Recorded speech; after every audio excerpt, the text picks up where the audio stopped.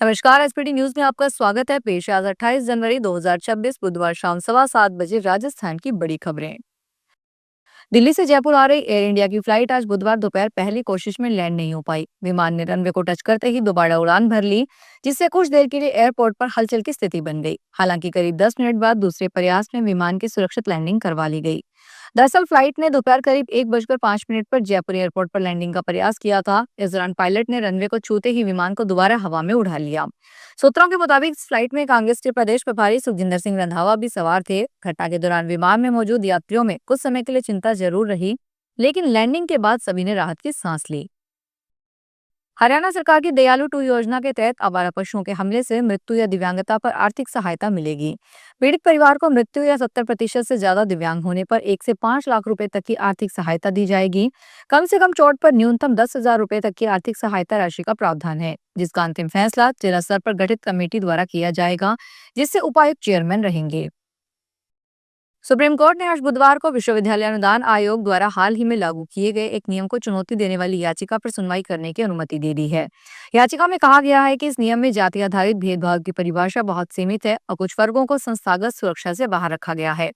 मुख्य न्यायाधीश सूर्यकांत और न्यायमूर्ति जयमाल्या बागची की पीठ ने याचिका दायर करने वाली वकील की तत्काल सुनवाई की मांग पर ध्यान दिया। मुख्य न्यायाधीश ने कहा कि हमें पता है कि क्या हो रहा है, सुनिश्चित करें कि खामियों को दूर किया जाए, हम इसे सूचीबद्ध करेंगे।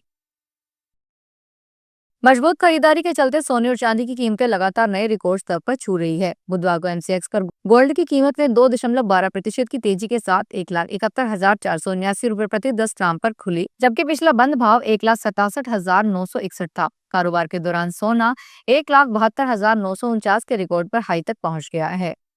वहीं सिल्वर की कीमत में 2.4% की बढ़त के साथ 3,64,821 प्रति किलोग्राम पर खुली, जबकि पिछला बंद भाव 3,56,279 था। पिछले सत्र में 3% से अधिक की वृद्धि के बाद बुधवार को पहली बार सोने की कीमतें 5,200 रुपए डॉलर से अधिक हो गई। राजस्थान की पूर्व मुख्यमंत्री वसुंधरा राजे ने विमान हादसे में एनसीपी नेता और महाराष्ट्र के उप मुख्यमंत्री अजित पवार के निधन पर शोक जताया है।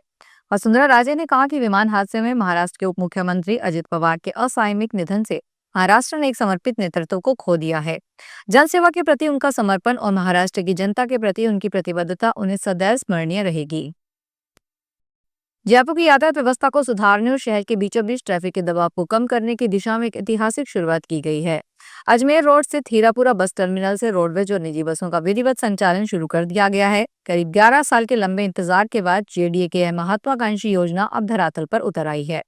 पहले चरण में यहाँ 250 बसें संचालित की जा रही है। इनमें अजमेर रूट की 133 रोडवेज बसें और खाटू श्याम जी रूट की 76 निजी बसें शामिल है।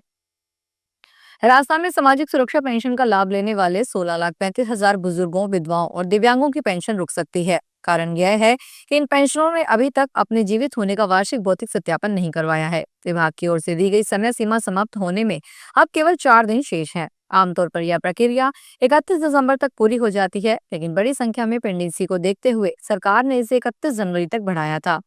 यदि इस अवधि में सत्यापन नहीं हुआ तो फरवरी में पेंशन खाते में नहीं आएगी।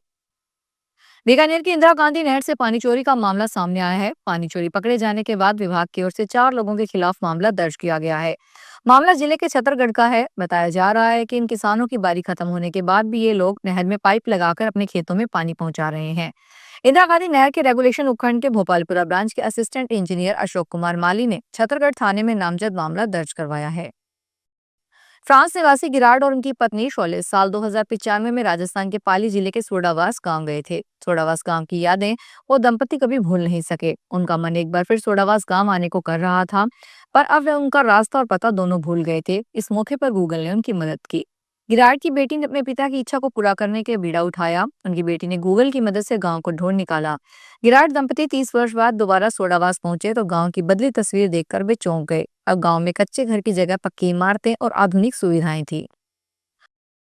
अजमेर के हरिभाऊ उपाध्याय नगर थाना क्षेत्र में रहने वाले कांस्टेबल की स्कॉर्पियो गाड़ी उसके घर के बाहर से चोरी हो गई। इस मामले को लेकर पीड़ित कांस्टेबल ने थाने में मामला दर्ज करवाया है। थाने के एएसआई जियालाल ने बताया, हरिभाऊ उपाध्याय नगर के दाहर सिंह स्मारक के पास कृष्णा कॉलोनी में रहने वाले देवराज चौधरी ने अपनी गाड़ी उनके घर के बाहर पार्क की थी। जब सुबह बाहर आए तो वह गाड़ी नहीं थी। उन्होंने इसकी तलाश की लेकिन पता नहीं चला। इस पर इसकी शिकायत दर्ज करवाई है। धौलपुर में कोर्ट के आदेश पर नगर परिषद की ओर से आनंद फानंद में पूरा करवाया गया एक नाला बारिश में ढह गया। NH44 स्थित कैथरीज रिसोर्ट के सामने बना यह नाला नगर परिषद की कार्यशैली और गुणवत्ता पर सवाल खड़े कर रहा है। इस नाले का निर्माण लोक अदालत की आदेश की अवहेलना और कुर्की नोटिस जारी होने के बाद पूरा किया गया था। यह मामला वर्ष 2022 से लंबित था, जिसमें कैप्टन हरिकांत शर्मा ने अधूरे नाले को लेकर शिकायत दर्ज करवाई थी। पुणे में जिला परिवहन अधिकारी सौम्या शर्मा ने स्कूली छात्र छात्राओं की सुरक्षा सुनिश्चित करने के लिए एक महत्वपूर्ण अपील की है।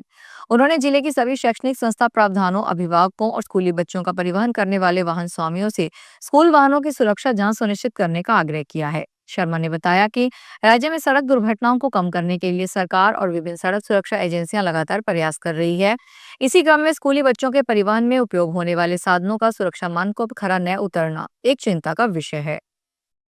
राष्ट्रपति द्रौपदी मुर्मू ने बुधवार को संसद के दोनों सदनों की संयुक्त बैठक को संबोधित करते हुए असम के कामाख्या और पश्चिमी बंगाल के हावड़ा के बीच हाल ही में शुरू की गई वंदे भारत स्लीपर ट्रेन की सराहना की और इसी भारतीय रेल की एक महत्वपूर्ण उपलब्धि बताया।